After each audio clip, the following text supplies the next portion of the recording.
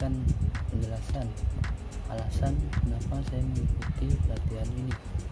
Nah, alasan saya mengikuti pelatihan ini ialah untuk menambah ilmu saya di bidang teknik, karena saya memilih pelatihan gambar teknik AutoCAD.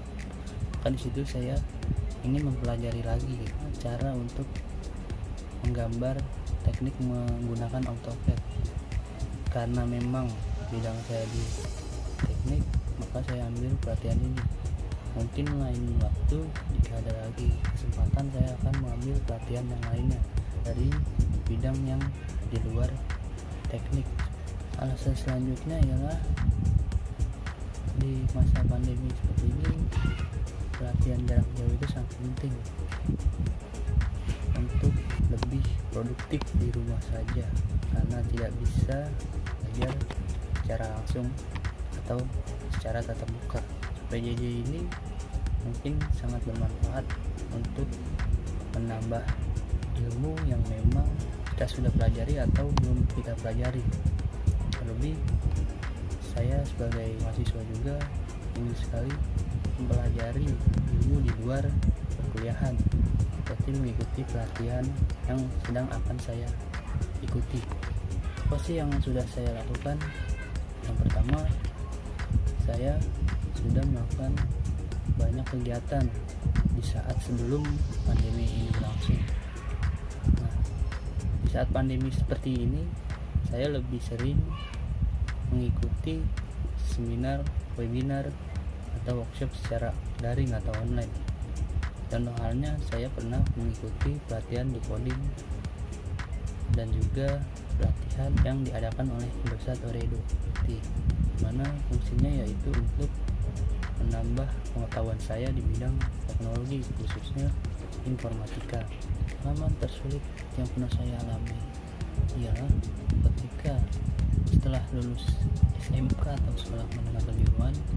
Pada saat itu saya melamar ke berbagai perusahaan yang bergerak di bidang teknologi.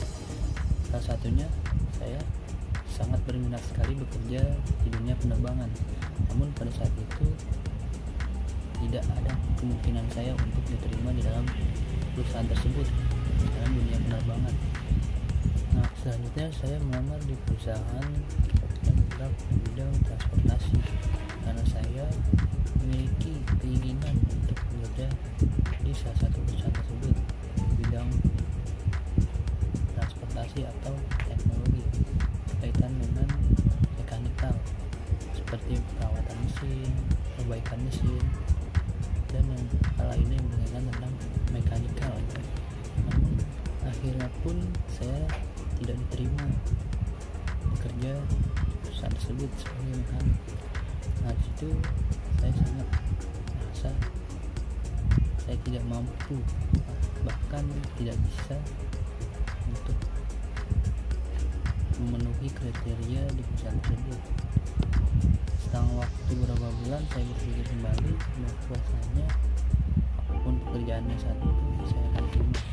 Maka solusi yang saya ambil pada saat itu ialah menerima atau melamar pekerjaan di luar bidang yang saya minati. Salah satu contohnya adalah waktu saat itu saya melamar di sebuah perusahaan makanan atau kuliner, di mana saya melamar sebagai juru masak, yang dimana memang pada saat bekerja saya belum tahu apa-apa dalam bidang kuliner ini atau bidang makanan ini, seperti memasak dan lain sebagainya, yang menjadi tanggung jawab saya di perusahaan tersebut untuk bekerja. Nah, lambat laun akhirnya pun saya memiliki keahlian baru di bidang yang tidak saya minati atau yang bukan saya minati, yaitu di dunia memasak. Selama 3 bulan di sana saya bekerja, akhirnya saya bisa dikatakan sudah bisa memasak selama 3 bulan itu. Selanjutnya 3 bulan selanjutnya itu saya memutuskan berhenti di perusahaan tersebut karena saya ingin melanjutkan pendidikan, di mana pendidikan yaitu dengan jurusan informatika, kembali lagi ke bidang yang saya minati, yaitu teknologi. Nah, di saat kuliah ini permasalahan pun ada saja yang bermunculan. Masalah yang saya alami yaitu mengenai biaya pendidikan atau biaya kuliah. Nah, pada saat itu saya sangat kesulitan bagaimana cara untuk membayar uang kuliah per semesternya, karena memang di sana saya hanya mengandalkan gaji yang tersimpan, yang masih tersimpan dari saya kan tersimpan pada saat bekerja. Nah, selama 1 semester di universitas tersebut berjalan lancar karena memang masih memiliki simpanan. Dan berjalan di semester kedua, di sana saya sangat bingung untuk membayar biaya per semesternya untuk di tahap semester kedua ini. Solusi yang saya ambil di sana ialah menemui dosen yang memang sebagai prodi, kepala prodinya di teknik, di fakultas teknik, karena memang ada beberapa kebijakan yang diperbolehkan mahasiswanya untuk membayar separuhnya sebelum UAS atau setelah UTS baru dibayar secara full. Nah, disitu saya memberikan surat permohonan keringanan pembayaran kuliah. Nah, di saat semester 2 ini menjadi tahun terakhir saya buat kuliah di universitas tersebut. Nah, pada tahap selanjutnya saya memilih untuk pindah ke universitas lain yang memang biayanya lebih terjangkau.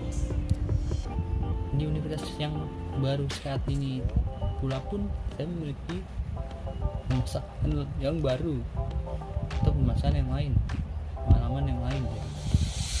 Dimana pada saat saya masuk di universitas baru ini atau yang saya tempati saat ini,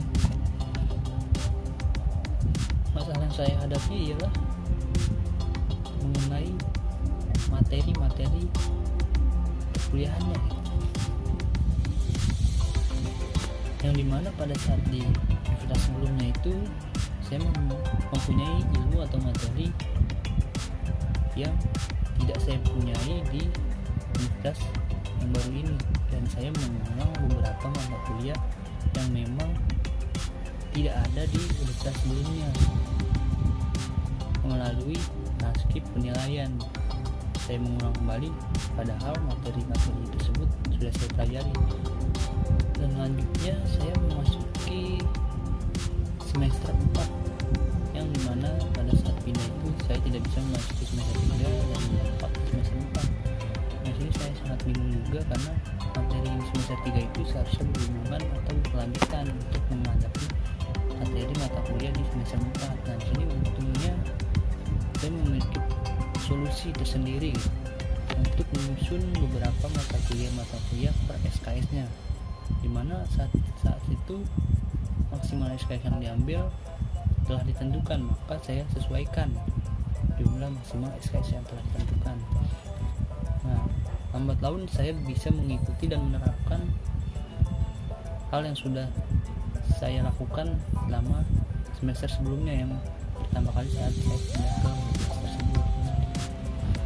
Nah, setelah berlanjut ke semester selanjutnya, masalah pun memang selalu ada. Pengalaman tersebut pun muncul di universitas ini gitu. Salah satunya pada saat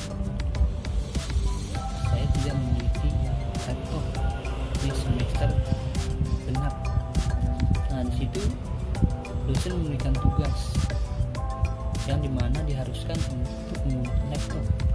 Nah, solusi yang saya ambil pada saat tidak memiliki laptop itu untuk menyelesaikan tugas yang diberikan dosen, saya menghampiri teman saya untuk mengikuti pelajaran, atau bisa dibilang untuk mengikuti tugas yang sedang dikerjakan oleh teman saya.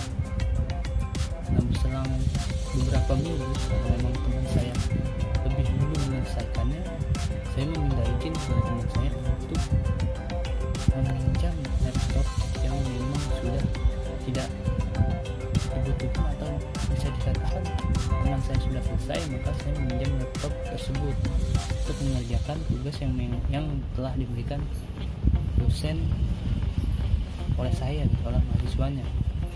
Nah, karena memang sisa waktu itu terbatas dan tugas itu harus dikumpulkan segera, mau tidak mau, suka tidak suka, saya menghampiri teman-teman saya yang sedang belajar. Contohnya seperti saya menghampiri teman saya yang sedang belajar bersama. Misalkan teman saya belajar di daerah Pasar Rebo, saya menghampiri teman saya yang sedang belajar di daerah tersebut. Atau di daerah Bekasi, saya mendatangi teman saya yang sedang belajar di Bekasi, karena memang saya belum memahami materinya untuk menyelesaikan tugas tersebut. Alhamdulillah setelah beberapa hari saya memahami atau mempelajari oleh teman-teman saya di kelas ini, tugas yang diberikan oleh dosen kepada saya dan teman-teman saya ini untuk pribadi saya telah selesai. Akhirnya dengan tidak memiliki laptop, saya meminjam teman saya untuk menyelesaikan tugas yang diberikan oleh dosen telah terselesaikan, dan alhamdulillah mendapatkan nilai yang memang saya harapkan juga dengan apa yang sudah saya lakukan, dan hasil yang didapat sesuai seperti itu. Terima kasih. Mungkin itu pengalaman tentang selama saya lulus SMK dan sampai saya berkuliah hingga saat ini seperti itu. Terima kasih telah menyaksikan video pengenalan diri saya yang singkat ini.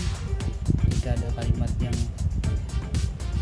tidak baik, mohon maaf, dan jika ada